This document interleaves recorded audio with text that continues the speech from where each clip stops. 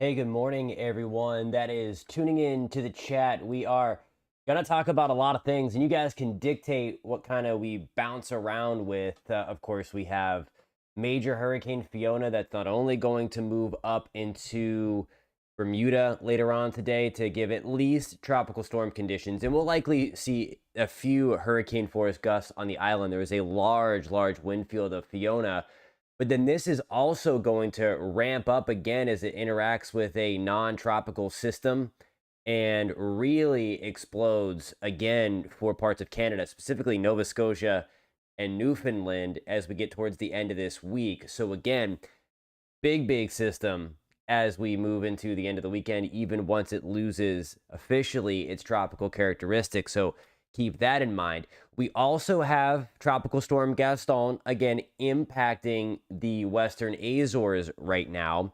I think on a lot of people's minds, especially in the Caribbean and parts of the Gulf Coast of the United States, is going to be this very unorganized mess that is designated as Invest 98L. Invest stands for investigation. That's when the Hurricane Center starts to run its hurricane models on these things and they start to plan hurricane hunter missions. 90 is they run the numbers from 90 to 99 and just keep starting over again. And then L is the Atlantic tag for that. So right now, that does not look healthy. Again, good news in the short term, but there are indications that that thing is going to go crazy as it moves into the Western Caribbean. So we are watching that closely. There are another couple of areas to watch way out by the Cabo Verde Islands. And again, it's going to be the second one that is trailing off of Africa as we speak, that's going to have the opportunity to beat out, if you will, Invest 98L for the name Hermine. So it's not a foregone conclusion that that one in the Caribbean that's getting all of the buzz gets to be Hermine. So again, you guys can dictate kind of like what we talk about first. If you want to chime in your thoughts or questions, concerns, all of the above, welcome to the channel. Thank you to all the new subscribers that have found this channel over the past few days, as unfortunately the Atlantic has woken up. We were with you guys live as we watched Fiona unfortunately ravage parts of Puerto Rico into the Dominican Republic and parts of the Turks and Caicos, now on its way to Bermuda. And again, could be one of the strongest storms ever in the Atlantic side of Canada. So there is a lot to get to and a lot to talk about. So post in the comments this morning where you are watching from. We are going to start again with, I'm going to bring back the satellite picture of Fiona. And obviously a very healthy storm. It's a Category 4. It still remains a Category 4. As it works its way towards Bermuda, you see where Hamilton is. That is the island of Bermuda. And again, that's going to happen a little bit later on this afternoon and into the evening. What I want to do now is put on the official forecast from the National Hurricane Center. And this is going to kind of give you an idea, again, where this is headed, as the models are in good agreement on where this is going. That's pretty much a foregone conclusion. So we'll just finish talking about Fiona first. And if there are any more questions on Fiona, we can obviously come back to it. But still expected to maintain major hurricane status as it passes by the island of Bermuda. There you go. There is the 23rd early in the morning. That's 2 o'clock in the morning. And you see it passing by as a 125 mile per hour Category 3 hurricane. Again, passing right by the island of Bermuda. You see the cone very skinny. So there's not a lot of air, not a lot of wiggle room here in terms of the track. It's once it gets beyond Bermuda that things get really interesting. This is going to make a ton of headlines over the next few days for its post-tropical life. It's going to lose tropical characteristics, but it's really not going to lose a lot of its intensity. So again, officially not likely going to be a hurricane by the time it makes a landfall, if you will, on either the Nova Scotia or Newfoundland coast, but it's going to be as powerful as one. Look at that, coming ashore with Category 2 winds. It's 110 miles an hour as it interacts with the trough. We're going to go over some of the dynamics in a second. I will show you one of the model forecasts here that kind of has this upper level trough picking up Fiona and then throwing it back into the Canadian coast. So this is going to be just absolutely devastating for parts of Canada. It's not too often you're talking about a storm with this much oomph, if you will, still left, but it's going to get this secondary push of energy from a what we call a baroclinic entity here is going to inject some colder air into it and just really help it explode. You see there, that circle represents the post-tropical now officially as it's over parts of Nova Scotia. It's still an 85-mile-per-hour storm. So craziness going on in Canada as a result of that. I'll show you now kind of the progression of how everything comes to be here. I'm going to take this back, and this is the upper level chart, the 500 millibar chart. And what we are looking for here is this little ball, if you will, of blue. That is Fiona, and it's this dip in the jet stream here. This is that upper level trough that really is going to be the player here. Otherwise, Fiona would just go safely out to sea, but that's not the case because we are going to see that trough kind of pick up Fiona and then work its way back into Canada. So you see that huge explosion there, and then this big system just kind of wrecking parts of southeast Canada. Again, likely coming ashore somewhere in northern Nova Scotia. So it's going to be a huge wind event for parts of Canada. I can get my computer to load. I will show you the model forecast in terms of the wind. And here we go. All of that yellow that you see on your screen there, that's going to be wind gusts of anywhere from 60 to 70 miles an hour. So no doubt hurricane force. But the widespread scale of this is just going to be insane. And you see it just kind of ramp up here as we move. My map sector changed. So I'm going to change this back. We're going to take this back in time because once it does interact with this trough, it's going to start to book. It's going to move way faster than it has.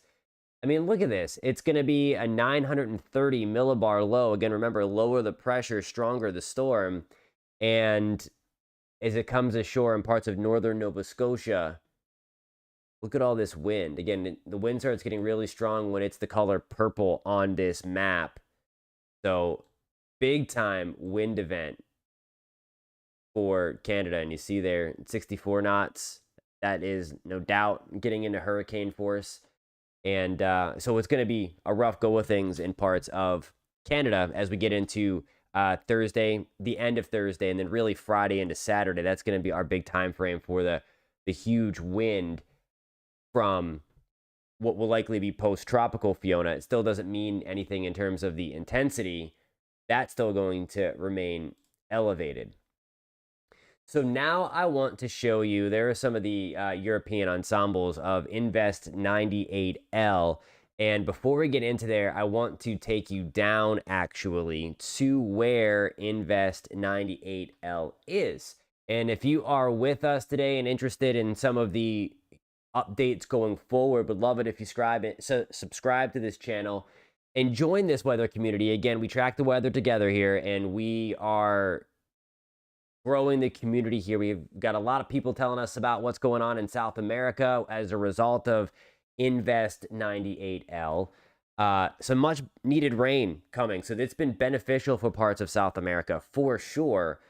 It's likely not going to be beneficial though once we get into the end of the work week, as we get into the Western Caribbean. So we are really watching this closely for our friends in Jamaica, the Cayman Islands, Western Cuba, the Yucatan Peninsula. This is where it's going to start to go gangbusters.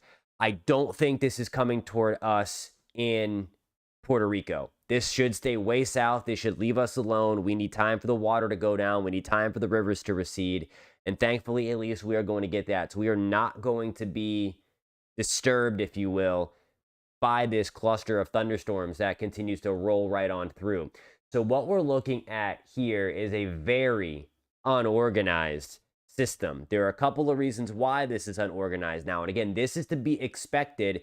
So one of the things that we are going to look for over the next several model runs and a couple of days is how the modeling handles the development of this system. Is it too strong initially? Is it too weak initially? So that's going to be some of the things here that we're looking for. And again, right now it's just a mess. One of the reasons why it is interacting with land as we speak, it's not going to develop when it's interacting with land. It's also being sheared by Hurricane Fiona. Part of its outflow is disrupting this storm. Let's see if I can show you here some of Fiona's outflow that continues to move into the Eastern Caribbean. And yeah, this is gonna kind of tell the story here. So as I put this into motion, this is going to be a good view here. And then again, if you stick around for a couple more minutes, we're going to get into some of these models that tell some of the story that it's an uncertain future for where this disturbance goes.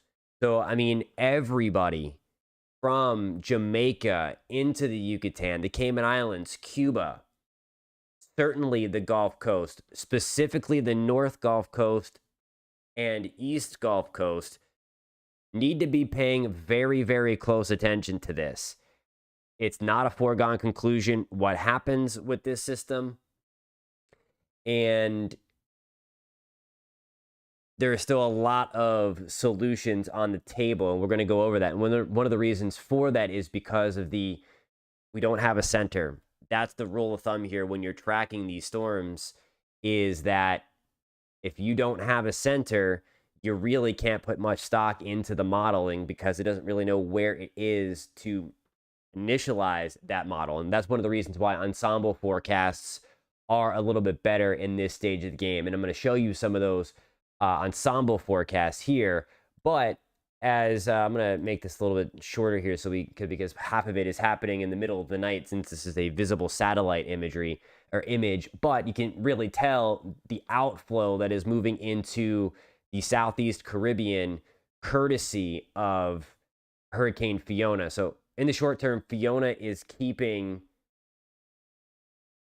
this disturbance relatively weak in the short term. Now, as promised, here are some of the ensembles, and that's what we're going to start with first. This is the European ensembles. Certainly the spread has come down. The first Hurricane Hunter mission into this disturbance happened last night.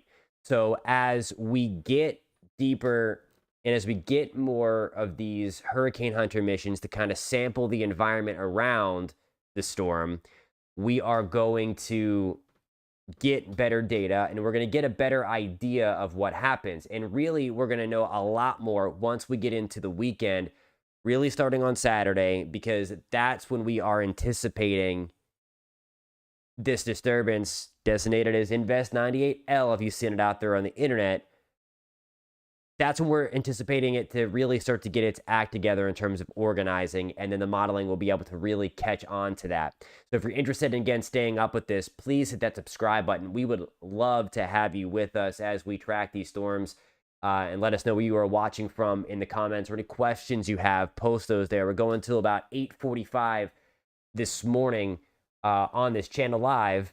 You see here, if you've been following some of the ensemble forecasts, and I know they're out there, of course, the European model has kind of consolidated a little bit. There is still a ton of uncertainty. The Western Gulf, Bay of Campeche, all the way into the Bahamas.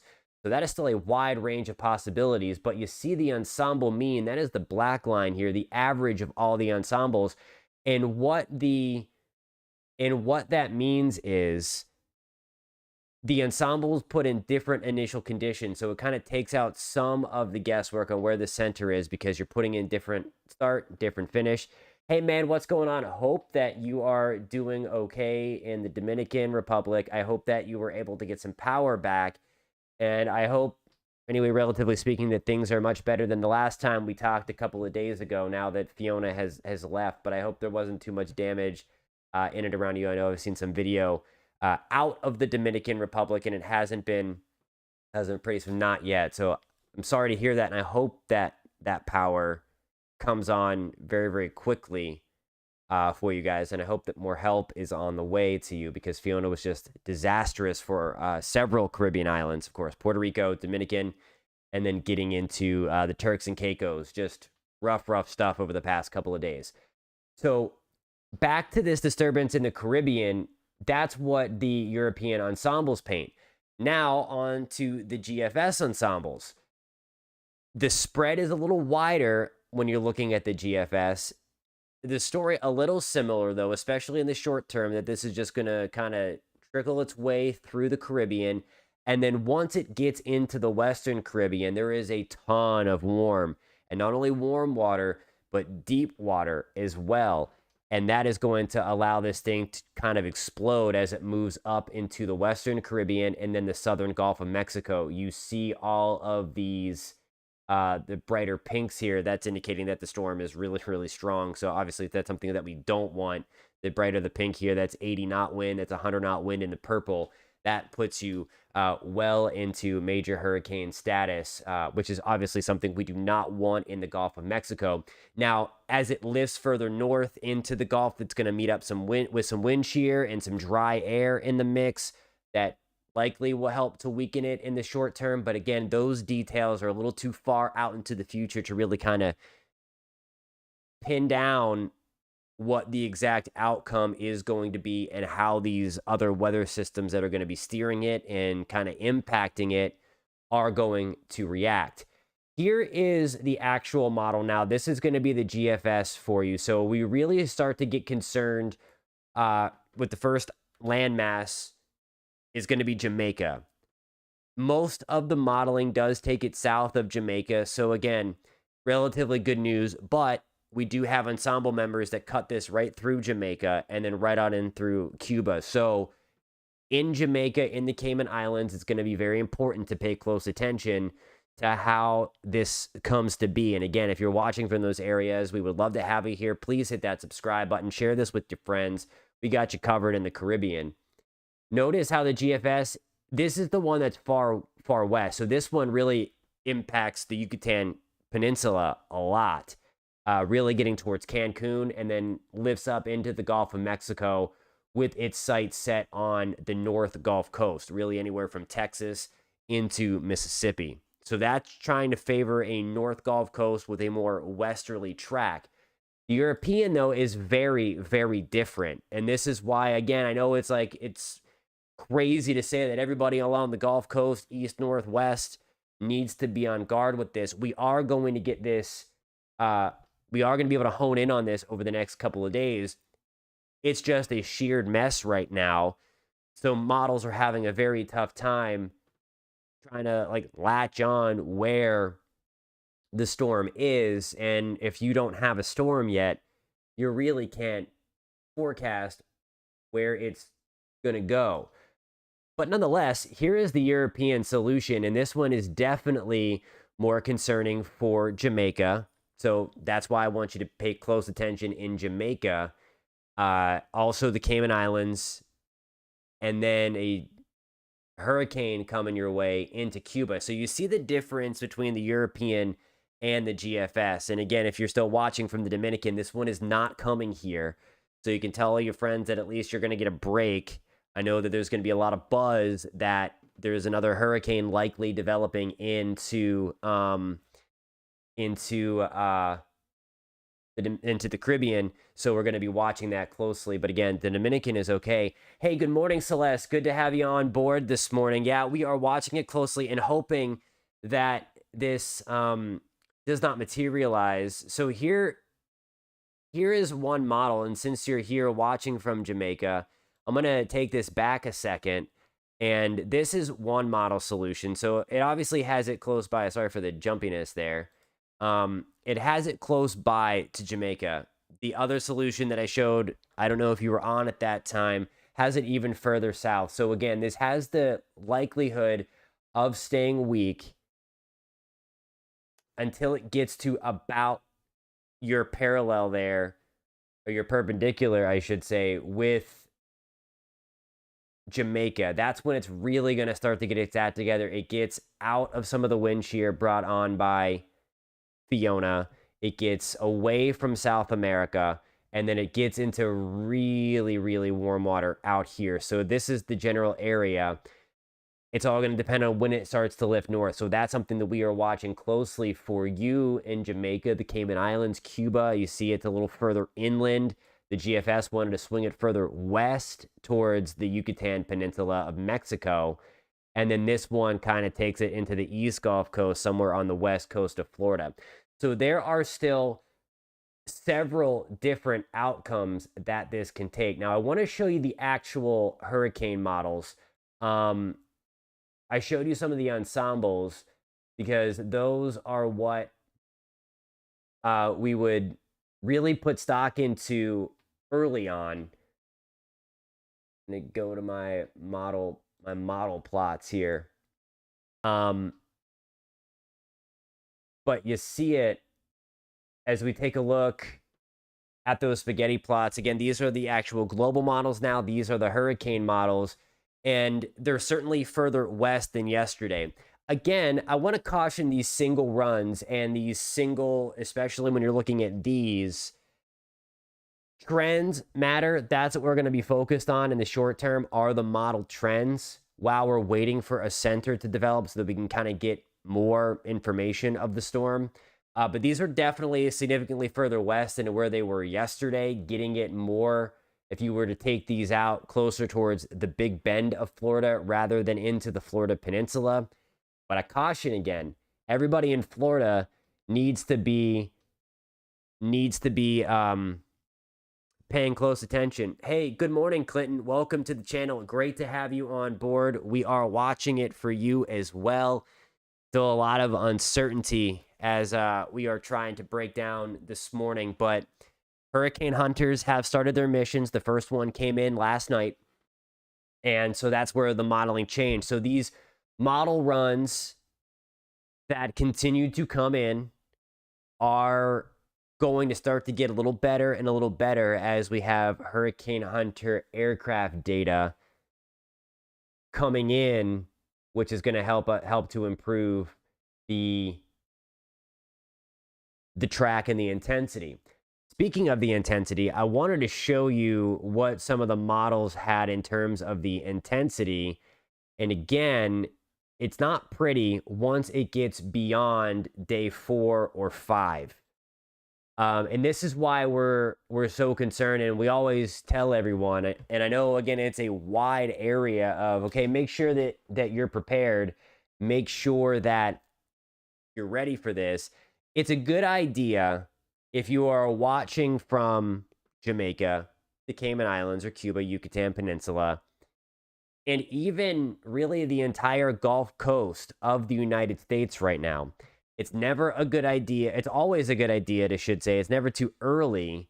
And it's never too early to go over your hurricane plan. It's no reason to freak out yet. Again, there's a lot of uncertainty still, but it's never a bad idea to just start, okay, there's something out there. It looks like somebody is going to be impacted by this system. We're going to get more clarity over the next few days, but just a good idea to start to get things ready to go. So southeastern St. Elizabeth, I hope that you are not. At the very least, I do think you're going to get some rain and gusty thunderstorms out of this. But there's still some questions as to how much this comes together before Jamaica. I really think as this passes beneath you, the center, that's when it's going to really start to get its act together. So relatively speaking, it still could be on the weak side. Don't want to give any kind of false hope yet, because there's still a lot left to figure out and how this evolves as it interacts with South America today and tomorrow, and still kind of deals with wind shear from Fiona. So there's still a lot left to be ironed out. Most of this does start to get it into tropical storm status in about 5 days. Again, 72 hours. So in about 3 days. So where are we? On the 25th. Most of these forecast models start to get this into tropical storm status. And then as we get it into really day 4 and day 5, that's when we get it out into the extreme Western Caribbean, Southern Gulf of Mexico. And that's where you see some of these forecast models get it up into super major hurricane status, upper echelon Cat 3, Cat 4 kind of deal, because the environment is just so perfect there. Now, as mentioned, if you are just joining from anywhere in the Gulf Coast of the United States, I know there's a lot of doom and gloom out there. There's likely going to be a strong hurricane developing in the West Caribbean, Southern Gulf. But once it moves into the Gulf of Mexico and approaches the North Gulf Coast, it is likely going to run into some wind shear and some injection of drier air. It's too early to tell how that may impact it. Obviously, both of those things are a negative for a tropical system, but it's just too early to tell how exactly that is going to influence the steering and when exactly it could deter any potential development. So again, those are the two things that we are watching in terms of 98L. If you guys are just joining us, welcome to the channel. If you don't already subscribe to us, we would love to have you on board. Hit the subscribe button. We track the weather together here. We've been watching the tropics now for a little bit. We talk all things weather, but it's been tropics heavy lately, as you might imagine, because the Atlantic just decided to wake up. The switch flipped. We were hoping that we would be able to continue this quiet stretch of the season. Obviously, that's not the case, as there are 5 systems, and I will show you all 5 of those systems. I'm going to turn on some of the other highlighted areas here from the National Hurricane Center, and this will really paint the picture. I'm going to change my infrared satellite channel here to kind of give you a better idea of where these 5 things are. Of course, we have Hurricane Fiona, which is way up here. So heads up again in Bermuda. Hey, in West Palm Beach, good morning. I am also in Florida, just north of Orlando. So we are watching this closely and keeping our fingers crossed in Florida. West Palm is looking a little bit better than the Gulf side. So just keep that in mind. Wouldn't completely let your guard down. I would continue to watch this as well. There are a few of these model runs that kind of just quickly take it north and shoot it up through Cuba and then towards the southern part of Florida. That is looking a little less likely. Here are our 5 systems swirling in the tropics. We have, of course, major Category 4 Hurricane Fiona that is going to brush by. Hey, welcome to the channel. It's great to have you here. It is great to have you with us this morning and on this channel. Hey, Terrence, good morning. Let's see. So I never like, to be forced with that. I would have to favor. I mean, to me, it would be irresponsible to kind of pinpoint to scare anyone that's watching. But I do think this has a decent chance to just lift north and then maybe jog east. So my gut would say potentially Alabama or the Panhandle of Florida. After it would go through into Cuba or the Yucatan Peninsula. So that is really, but everybody still, I want to caution that everybody along the Gulf Coast needs to be looking into their hurricane plan, needs to be just thinking of, okay, we could be impacted by a hurricane sometime late next week. So again, this is still about a week out. Let's make sure we have everything in order. Let's make sure our kit looks good. Let's make sure, we know what to do, and then hopefully never have to use that plan. I always say it, be prepared, not scared.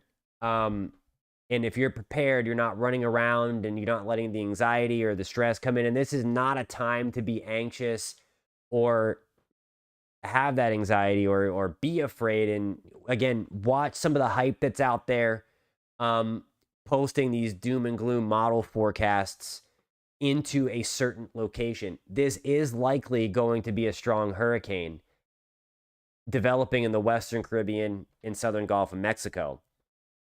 But there are questions still as to where this goes and just how strong it could be as it impacts parts of the Gulf Coast of the United States. Again, even that is not a foregone conclusion, but this is likely the biggest threat that we've seen this season to the lower 48. Okay, we've obviously had a United States strike in Puerto Rico with Fiona, but this is no doubt so far. I mean, again, we've been lucky and we've been fortunate that the season has been pretty quiet so far. And again, obviously the switch just flipped on. So I do think, Terrence, it's a little irresponsible to pick a spot of where this is going to come in. But judging by the way that the trough that's going to be dipping the jet stream that's going to be lifting this up, you know, I think it's going to be somewhere out there. And again, I don't want to commit to that. I know you want to see who's right or whatever, but to me, it's about the communication rather than who's right. I know everybody wants an accurate forecast, and that's what I do. I'm here for the accuracy, of course, not just spewing stuff. But it is important to note that this does not have a defined center yet. This is a very disorganized storm, and the modeling that we just showed you can't really be trusted. And for those that have just joined, I'm going to show you why that is in a second. I'm going to get back to my plots page here and just show you a couple of different things here in the last 5 or 10 minutes of this live stream. And again, welcome to everybody watching. It's great to have you on board. Thanks for tuning in. Thanks for tuning in again. Yeah, Terrence, and we're looking at the European ensemble plot now. A lot of people are favoring the euro. I will say the euro hasn't been great this year. It hasn't been great. Most models have not been great this year. But if you're going to favor the euro, that would put it into the Gulf Coast of Florida around the Big Bend. That's what the euro solution wants. We'll see what the 12Z run, this morning run, that'll be out by 2 o'clock in the afternoon shows. But what I'm showing you now, this is the European ensemble. So there's different initial conditions kind of pumped into the model. And then it kind of gives its idea of what it's going to do in there. So anyway, there you go. I mean, so as I said before, everybody along the Gulf Coast, including Texas, I know there are no ensemble members, at least from the European, that show this thing going into Texas. Still, I want you to make sure that you are thinking of your hurricane plan, kind of reviewing that as well, because these things are crazy. And again, not going to commit to an area of where this thing comes ashore, or what state it comes ashore in 7 to 10 days out. Because if it does go to the North Gulf Coast, this will be more like October 1st or 2nd rather than late September.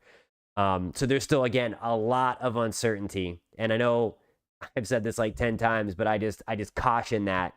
And I also caution to make sure no one gets too amped up or too scared when you see these, again, crazy model runs posted on the internet, the single runs.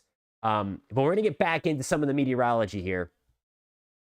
Any questions, feel free to post it. Let me know where you're watching from this morning. And if you're new to the channel, I would love for you guys to subscribe, as we will keep you posted on the progression here of what is likely going to be a named storm. And that's the other thing, too. I've seen a lot of people calling this Hermine already.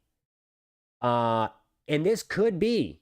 But there's another wave moving off of Africa that actually looks better defined in the short term, and that could steal it. So again, that's why you never name a storm until the Hurricane Center does, until it gets that low-level center and becomes official, because then that's going to confuse the heck out of people when this is not that, if in fact it is.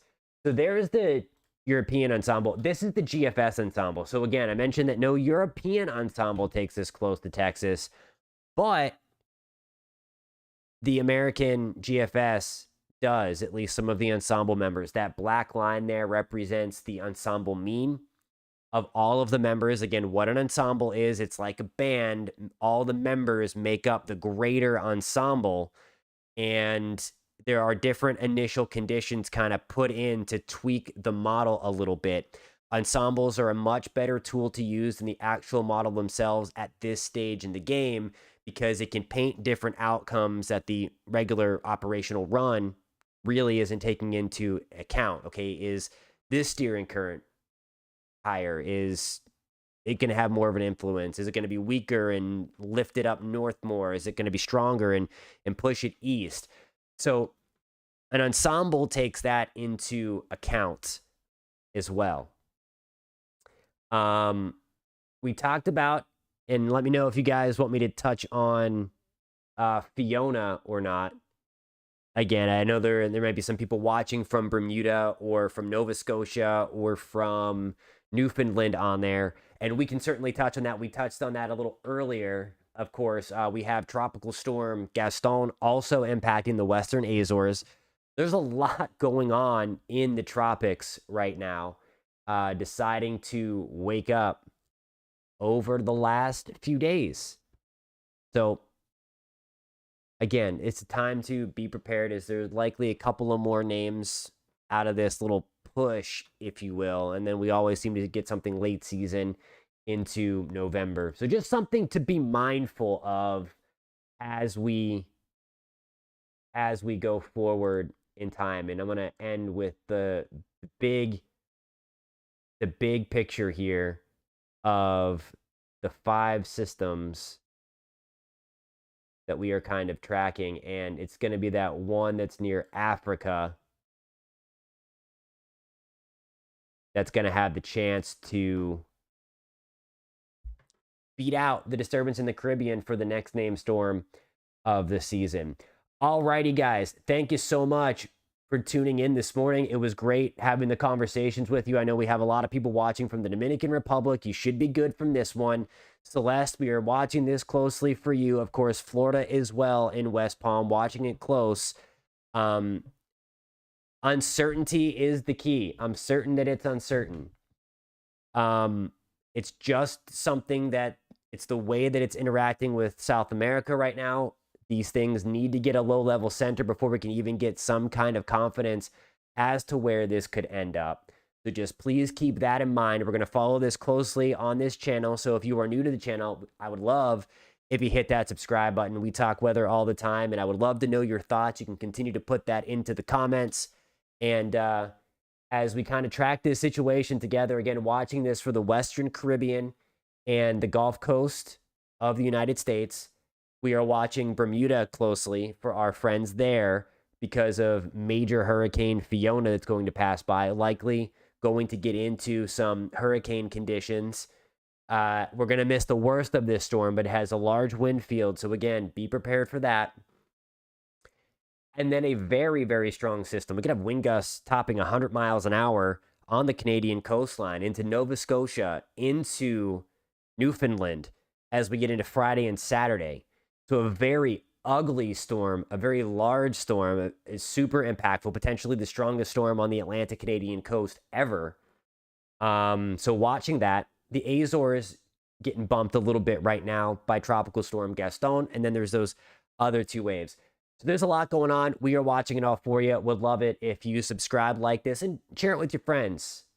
Would love to have them on board as well as we track the weather together in this awesome weather community. Thank you guys so much for tuning in. Welcome to all the new subscribers, and I will catch you next time. Be safe out there. Have a great rest of your day.